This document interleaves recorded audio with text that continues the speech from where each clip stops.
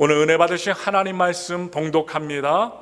우리 다 같이 하나님의 은혜 받을 말씀 신약 성경 고린도전서 13장 1절부터 3절까지의 말씀을 다 같이 보시겠습니다. 신약 성경 고린도전서 13장 1절부터 3절까지의 말씀입니다. 우리 힘을 모아 합독합니다. 내가 사람의 방언과 천사의 말을 할지라도 사랑이 없으면 소리나는 구리와 울리는 꽹과리가 되고, 내가 예언하는 능력이 있어 모든 비밀과 모든 지식을 알고 또 산을 옮길 만한 모든 믿음이 있을지라도 사랑이 없으면 내가 아무것도 아니요, 내가 내게 있는 모든 것으로 구제하고 또 내 몸을 불사르게 내줄지라도 사랑이 없으면 내게 아무 유익이 없느니라. 아멘. 오늘 함께 봉독한 고린도전서 13장 1절부터 3절의 말씀을 통하여 어떤 사랑이 필요할까라는 제목으로 여러분과 함께 사랑에 대해서, 바울이 전하는 사랑에 대해서 은혜 말씀을 나누겠습니다. 지금 바울이 계속 편지를 쓰고 있어요. 문제가 많았던 고린도 교회, 음행이 넘쳐났던 고린도 지역. 바울 당시 고린도에는 12개의 신전이 고린도에 있었다고 합니다. 그중 사람들이 가장 몰렸던 신전이 있었어요. 바로 아프로디테 신전이었다고 합니다. 이 아프로디테는 그림에서 보시듯이 그리스 신화에 나오는 아름다움과 사랑의 여신입니다. 이 아름다움을 뽐내고 사랑을 뽐냈던 여신이었어요. 이 아프로디테는 자신의 미모에 대한 이 자존감이 여러분들과 같이 높았다고 합니다. 매우 높았어요. 그렇게 묘사를 하고 있는데, 그래서 누가 이 아름다움에 대하여 자존감에 상처를 내면 질투심이 불타올라서 옆에 있는 신이고 아니면 인간이고 어느 누구든지 상관없이 저주하거나 시련을 주는 신으로 그리스 신화에 나옵니다. 아프로디테는 신화 속에서 다양한 애정 행각을 벌여요.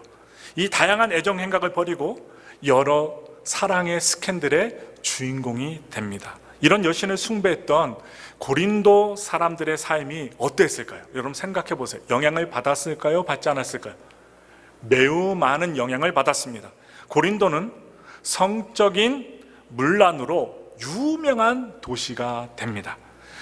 역사가, 그 당시 역사가 요세푸스라는 사람이 있었어요. 이 요세푸스라는 역사가가 이 고린도에는 세계 각지에서 원정 매춘을 하기 위해서 이 고린도의 사람들이 매우 많이 찾아왔다라고 기술하고 있습니다. 사랑이라는 감정을 숭배했던 도시, 사랑의 여신인 아프로디테를 섬기며 사랑에 대해 로망을 키워왔던 도시가 바로 지금 사도 바울이 사역하고 있는 고린도 지역이었습니다. 그런데 바울은 이곳에 있는 고린도 교회 성도들에게 무슨 내용의 편지를 쓰느냐? 바로 사랑에 대한 편지를 씁니다.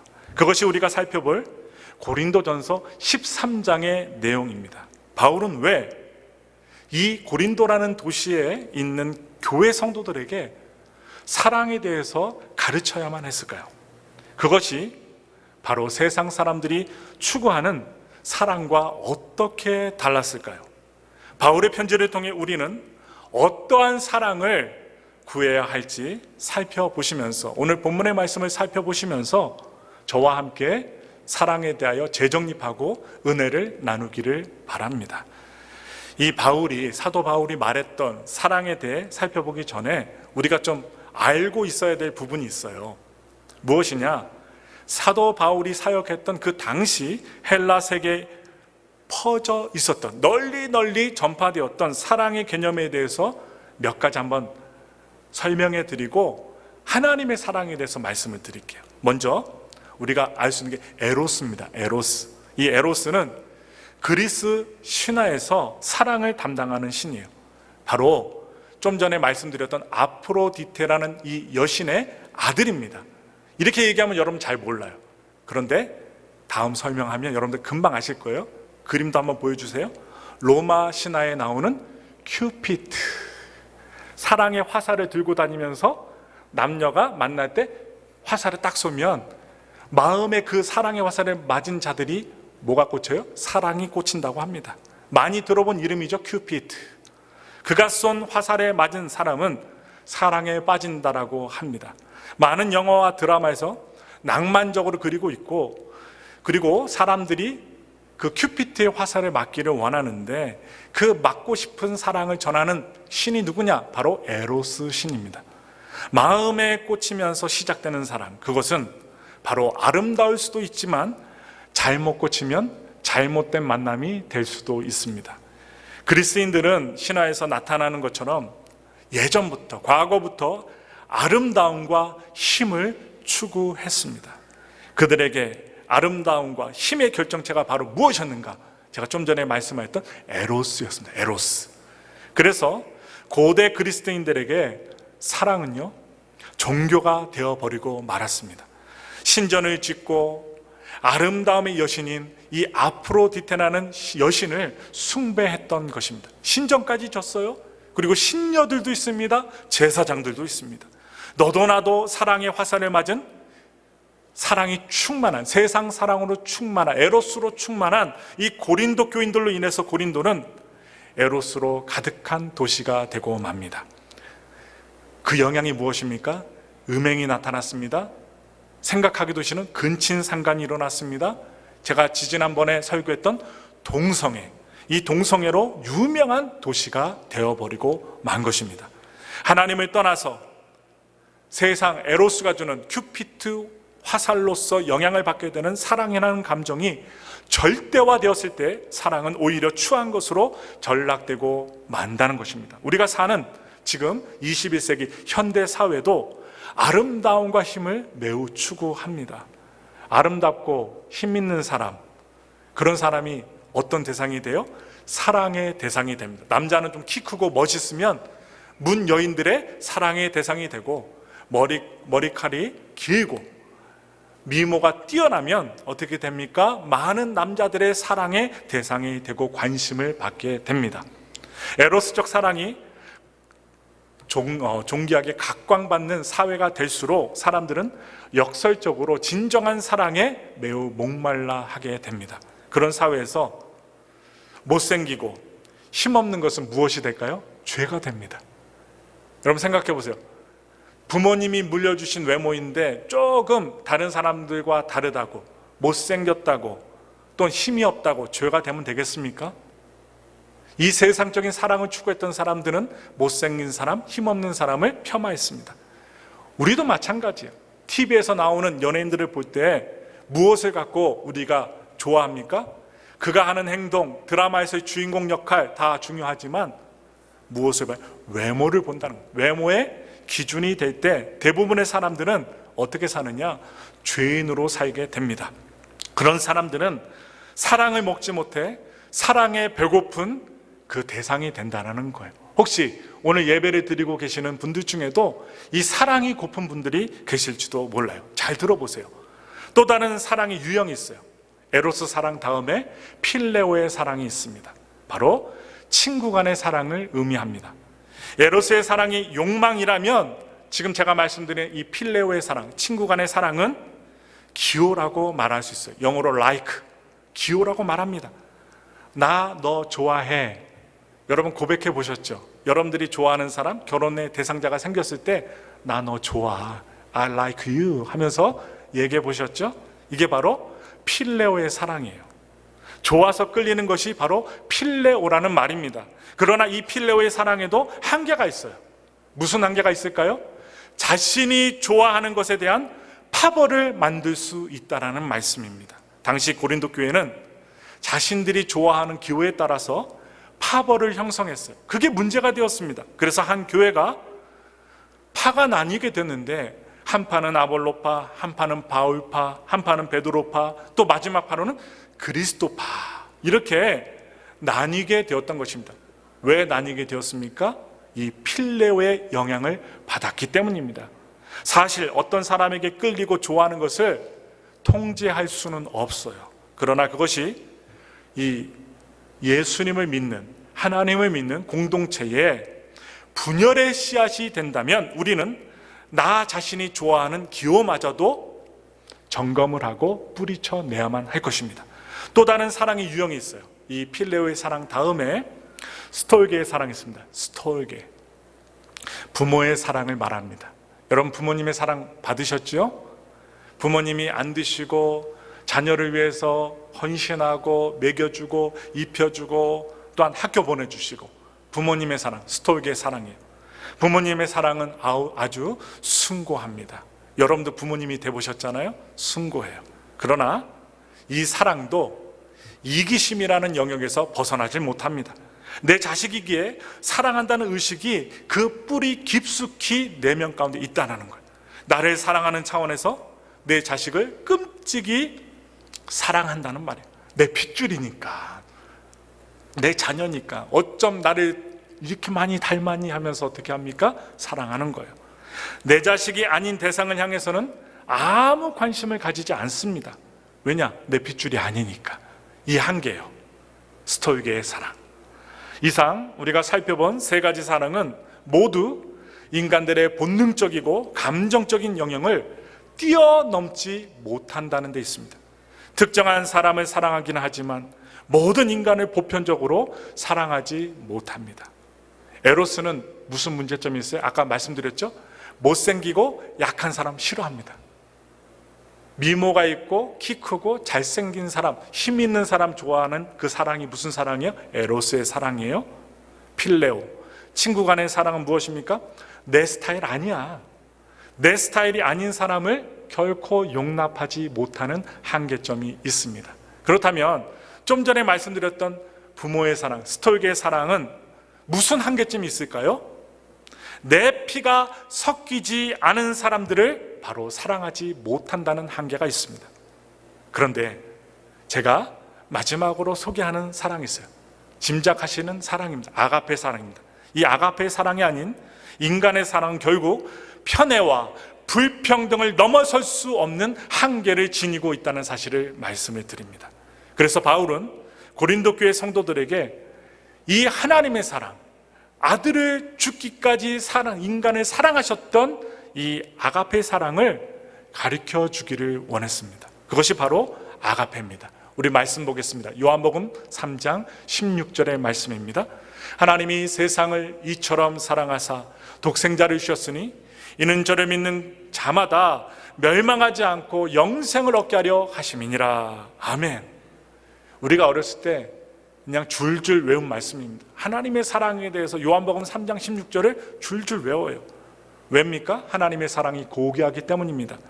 이 아가페는 우리를 구원하시기 위해 아들을 십자가에서 내어주신 하나님의 희생적인 사랑을 말하고 있습니다. 내 핏줄이 아닌데, 내 기호 대상이 아닌데, 그리고 힘 있는 대상, 잘생긴 대상, 키가 큰 대상이 아님에도 불구하고 제한 없이 아들을 주시면서까지 사랑해 주시는 아버지 하나님의 사랑, 바로 아가페 사랑입니다.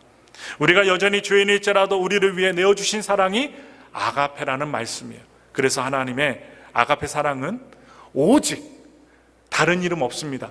예수 그리스도를 통해서 우리가 경험하게 된다는 사실, 다른 이름 넣을 수가 없어요.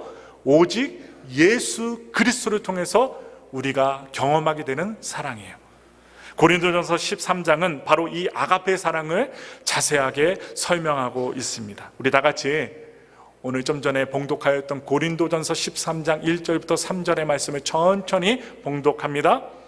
내가 사람의 방언과 천사의 말을 할지라도 사랑이 없으면 소리나는 구리와 울리는 꽹과리가 되고, 내가 예언하는 능력이 있어 모든 비밀과 모든 지식을 알고 또 산을 옮길 만한 모든 믿음이 있을지라도 사랑이 없으면 내가 아무것도 아니요, 내가 내게 있는 모든 것으로 구제하고 또 내 몸을 불사르게 내줄지라도 사랑이 없으면 내게 아무 유익이 없느니라. 아멘. 이러한 편지를 받았던 고린도 교회 성도들은 지난주에 은사에 대해서 말씀을 드렸지만 은사에 열광했습니다. 환호했습니다. 지식을 추구하던 그들에게 예언의 은사가 더해졌고 방언의 은사가 더해졌습니다. 그러나 그들은 자신들에게 나타났던 은사들로 인하여 오히려 겸손해지고 하나님의 공동체를 온전하게 만드는 것이 아닌 교만해졌습니다. 그들은 교회를 세우기 위해 받은 은사들을 자기를 자랑하고 남을 판단하는 데 사용하기 시작합니다. 바울은 그러했던 그들에게 아가페의 사랑이 없으면 너희가 지금 열광하면서 감동하면서 자랑하고 있는 방언도, 예언도, 예언 통변도, 구제 행위도 아무것도 아니다라고 정확하게 지적하며 권면합니다. 예수님을 통하여 아가페의 사랑을 체험했던 사람은 삶이 변화되는 경험을 합니다. 여러분 주변에 은사를 가지신 분들 계세요? 그분들이 온전함을 무엇으로 판단할 수 있습니까? 그분들의 행동 속에서 예수님이 나타나야 되고 예수님의 향기가 드러나야 되고, 교만한 것이 아니라 나만 갖고 있는 특권의식을 갖고 판단하는 교만이 아니라 예수님처럼 겸손함이 그들의 삶 속에서 묻어날 때 그들은 온전한 은사를 가지고 있는 것으로 평가될 수 있다는 사실이에요. 구분하십시오. 분별하십시오. 우리 다 같이 고린도후서 5장 14절부터 15절의 말씀 읽겠습니다. 그리스도의 사랑이 우리를 강권하시는도다. 우리가 생각하건대 한 사람이 모든 사람을 대신하여 죽었은즉 모든 사람이 죽은 것이라. 그가 모든 사람을 대신하여 죽으심은 살아있는 자들로 하여금 다시는 그들 자신을 위하여 살지 않고 오직 그들을 대신하여 죽었다가 다시 살아나신 이를 위하여 살게 하려 함이라. 아멘. 놀라운 전환의 말씀입니다. 그리스도의 아가페 사랑이 우리들을 강권할 때 살아가는 목적, 관계를 맺는 방식에 있어서의 혁명적인 놀라운 전환이 일어나게 된다는 말씀이에요. 그리스도의 사랑을 경험한 사람들, 하나님의 놀라운 예수 그리스도의 사랑을 경험한 사람들은 더 이상 자신들을 위해 살지 않고 바로 자신을 위해서 물과 피를 다 쏟으시고 십자가에서 돌아가신 그 예수님을 위해서 살게 된다는 거예요. 못나고 못생기고 연약한 나를 위해서 돌아가시다니 얼마나 감격적인 일입니까? 세상 사람들은 쳐다도 보지 않는데 예수님은, 하나님은, 성령님은 못난 나를 위해서 목숨까지도 바치셨다니 얼마나 놀라운 하나님의 일인지 모릅니다. 이것이 아가페의 사랑을 경험할 수 있는 비결입니다. 그래서 우리가 이러한 아가페의 사랑을 할 수 있기 위해서는 반드시 조건이 있어요. 십자가에서 나타난 예수님의 사랑을 체험해야 됩니다. 여러분들이 교회를 오래 다니는 게 중요한 게 아니라 말씀을 통하여, 여러분들의 기도를 통하여, 여러분들이 보시는 말씀을 보시는 통독을 통해서 살아있는 십자가에 나타난 예수님을 경험하셔야 된다는 사실이에요. 예수님을 통하여 하나님의 무조건적인 사랑을 경험한 사람만이 하나님을 닮을 사랑을 할 수 있다는 거예요. 우리가 누구 닮았어요?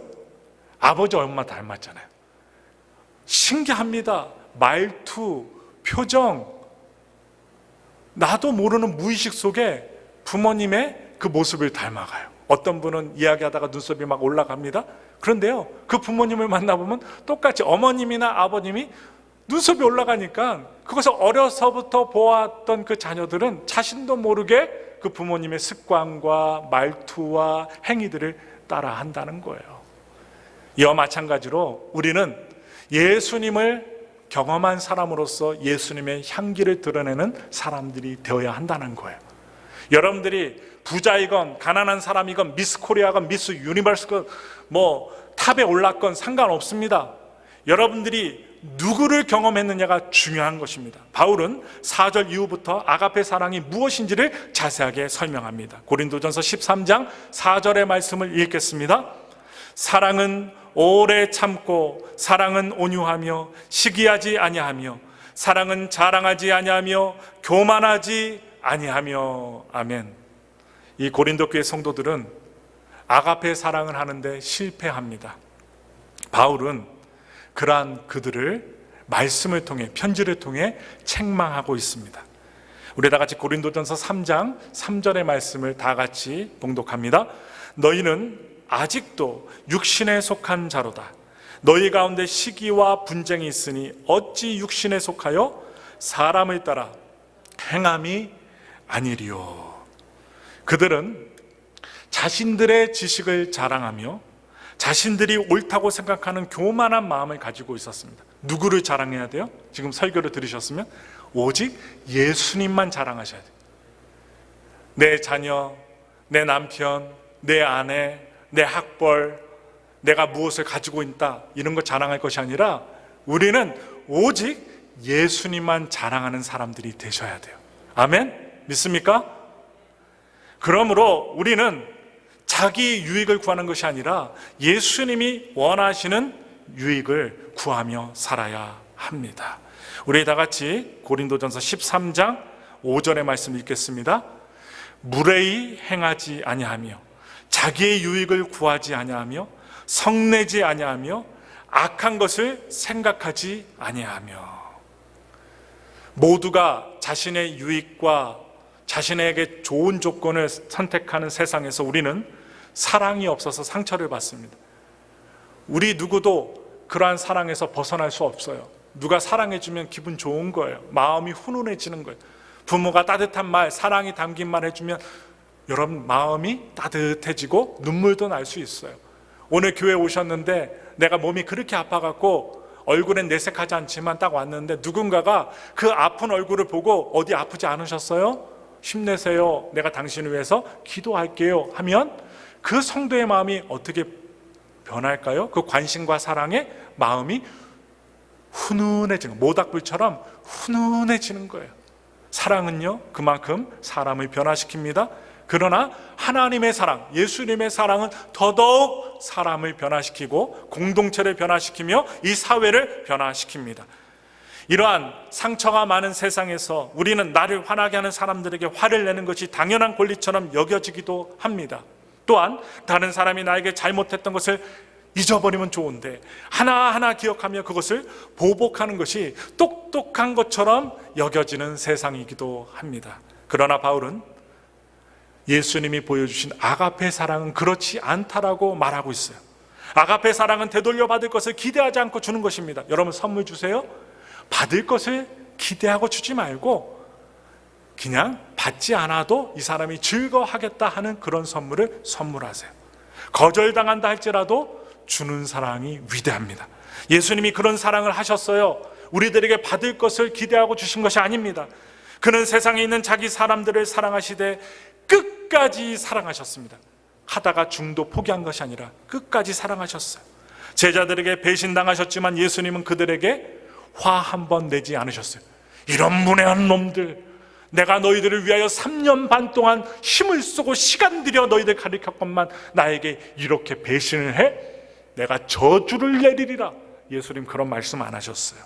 그러나 예수님의 사랑은 결국 화내지 않으시고 제자들을 온전하게 변화시키고 맙니다. 자신을 위해 목숨을 다하는 사람들로 만드셨어요. 아가페 사랑이 그런 것입니다. 그것은 다른 사람들의 변덕과 결점 때문에 실망하거나 포기하지 않는 거예요. 오늘 설교 들으시고 저와 함께 결심하기 원합니다. 내가 저 사람에게 기대했던 것이 있어요. 그러나 아버지 하나님 앞에서 내가 신앙생활하면서 실망감이 들지라도 실망하지 않겠습니다. 그것이 무슨 사랑이에요? 바로 아가페의 사랑입니다. 기대하지 않는 거예요. 기대하지 않고 나의 사랑을 전달하는 거예요. 오히려 그들의 강점과 잠재력을 보고 계속해서 그들을 믿어주는 것입니다. 쉽지 않습니다. 예수님을 믿는 온전한 신앙이 아니고서는 이러한 행위를 할 수가 없어요. 그리하여 변함없이 아가페 사랑을 선택할 때 원수도 친구가 되게 할 수 있다는 거예요. 어디서 일어납니까? 예수님이 이 아가페 사랑에서 원수도 변화되는 역사가 일어납니다. 그것이 아가페의 사랑의 진수예요. 우리는 일방적으로 주는 사랑, 원사이드 러브에 너무 익숙해져야 합니다. 원사이드 러브, 한쪽에서 사랑하는 거예요. 그냥 우리가 여태까지 추구해왔던 사랑 뭐예요? 나 너 사랑해, 너 나 사랑해, 그럼 우리 둘 다 사랑해, 이 조건입니다. 그런데 예수님의 아가페 사랑은 원사이드 러브예요. 내가 일방적으로 사랑해 주는 거예요. 그 사람이 밀어내도 이쁘다 하면서 어떻게 사랑해 주는 거예요. 우리는 그러한 사랑을 행해야 됩니다. 감정이 일어나서 하는 사랑은 누구나 할 수 있어요. 잘생겨서 예뻐서 따라가는 사랑 누구나 합니다. 그러나 다른 사람이 나에게 상처 줄 때 그 죄를 덮어주는 사랑은 위대한 것입니다. 아무나 할 수 없어요. 그런 사랑을 할 수 있는 여러분과 제가 되기를 기도합니다. 우리 다 같이 고린도전서 13장 6절부터 7절의 말씀을 읽겠습니다. 불의를 기뻐하지 아니하며 진리와 함께 기뻐하고 모든 것을 참으며 모든 것을 믿으며 모든 것을 바라며 모든 것을 견디느니라. 아멘. 당시 고린도 교회 성도들은 세상 법정에서 서로 고발하며 살았습니다. 같이 예배드리고 같이 기도했던 성도들인데 내 마음에 안 든다고, 나에게 손해 끼친다고 세상 법정에 끌고 가 법정 싸움을 했단 것이에요. 얼마나 교회가 만신창이가 되었겠습니까? 우리는 나에게 잘못된 사람이 잘 안 되길 은근히 바라는 마음이 있다는 거예요. 그들이 얼마나 나쁜 사람인지 세상에 고발하는 마음이 생길 수도 있습니다. 그러나 예수님이 보여주신 아가페 사랑은 서로를 고발하는 것이 아니라 서로가 예수님이 주신 진리의 말씀 안에서 함께 세워져 가는 것을 갈망하는 것입니다. 그것은 우리가 그리스도 안에서 한 몸으로 부름받은 형제이기 때문에 행해야 된다는 것입니다. 우리 다 같이 고린도전서 13장 8절부터 10절의 말씀을 읽겠습니다. 사랑은 언제까지나 떨어지지 아니하되 예언도 패하고 방언도 그치고 지식도 패하리라. 우리는 부분적으로 알고 부분적으로 예언하니 온전한 것이 올 때에는 부분적으로 하던 것이 패하리라. 아멘. 예언과 지금 말하고 있는 방언과 지식은 매우 유익한 것입니다. 우리들에게 좋은 것입니다. 그러나 그것이 사랑이 없이 행해질 때 그것은 아무 유익이 없다라는 말씀입니다. 사랑이 필요합니다. 사랑은 모든 것을 완전하게 해주는 것입니다.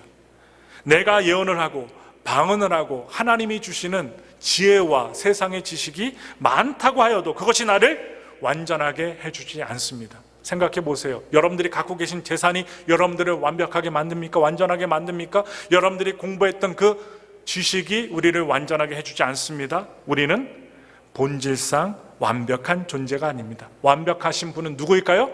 삼위일체 하나님이십니다. 그분 하나님밖에 완벽한 분이 안 계세요. 우리는 늘 우리의 부족함 때문에 불안해합니다. 세상이 우리의 부족함을 알게 될까 봐, 나약함을 알게 될까 봐 우리는 더더욱 두려워합니다. 두려워해요. 그러나 우리가 연약함에도 불구하고 100% 사랑해 주신 분이 있어요. 바로 예수님이세요.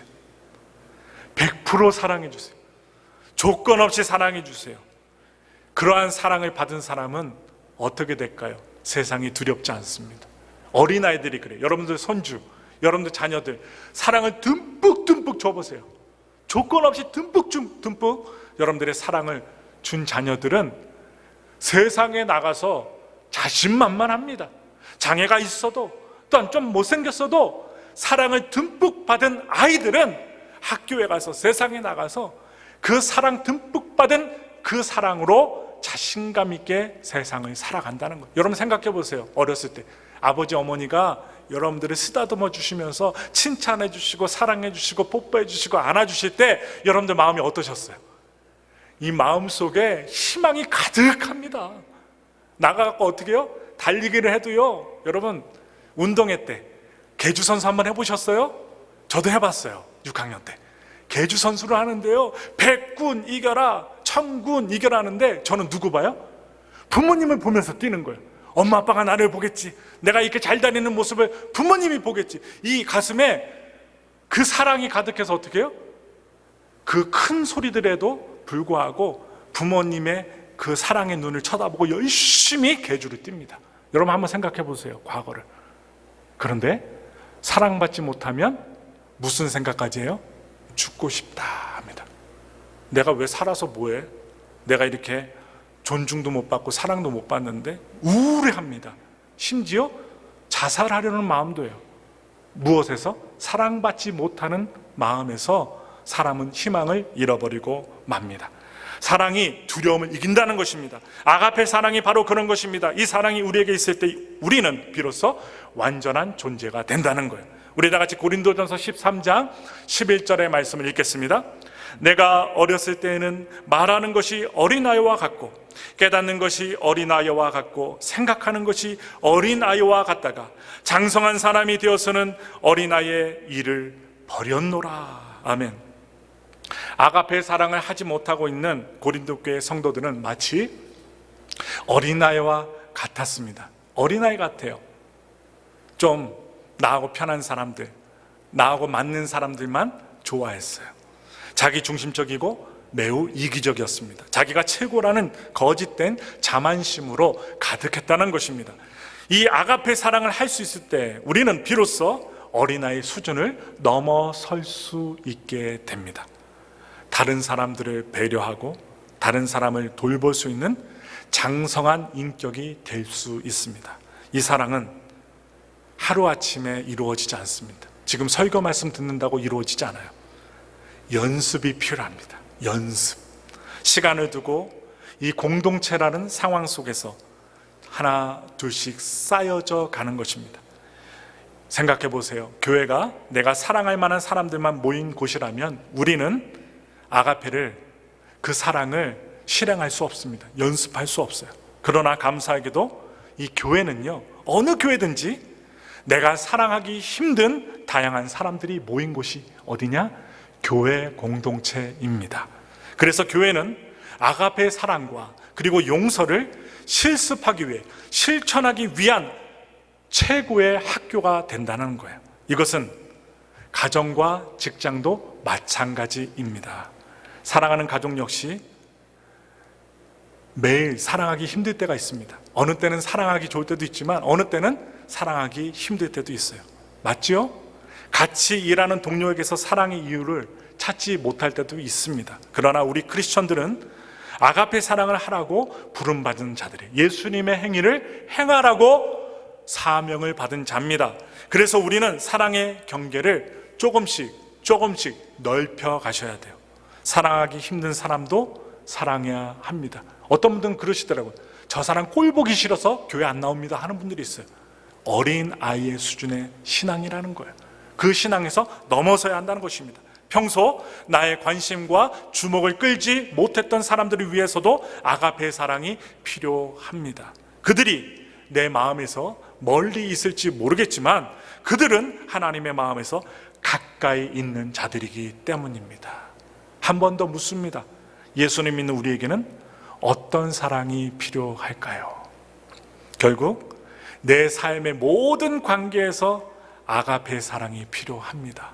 그것은 사람들의 반응 때문에 사람들이 싫어한다고 중단될 수 없습니다. 그것은 내 안의 두려움 때문에 포기될 수 없습니다. 오직 아가페의 사랑만이 서로의 관계를 살릴 수 있다는 사실이에요. 이 아가페의 사랑이 있을 때 분열은 치유가 됩니다. 하나가 될 수 있습니다. 기호와 상관없이 사랑할 수 있습니다. 이 아가페 사랑만이 하룻밤 불타버리는, 끝나버리는 에로스의 사랑이 아니라 목마르지 않는 사랑의 관계를 만든다는 것입니다.